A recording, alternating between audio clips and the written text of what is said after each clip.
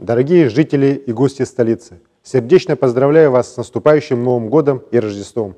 В уходящем году наш любимый Якутск отметил свой юбилейный день рождения – 385 лет.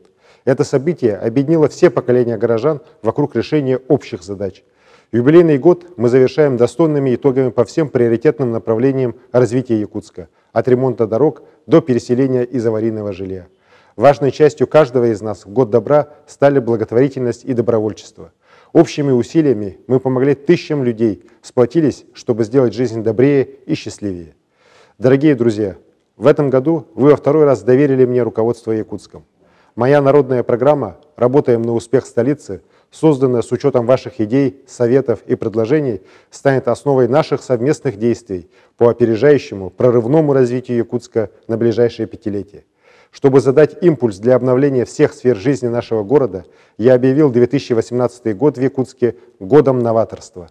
Его главная цель – выявить и вывести на первый план самые передовые идеи и гражданские инициативы, самые креативные бизнес-проекты и творческие замыслы, самых смело мыслящих и результативно действующих горожан.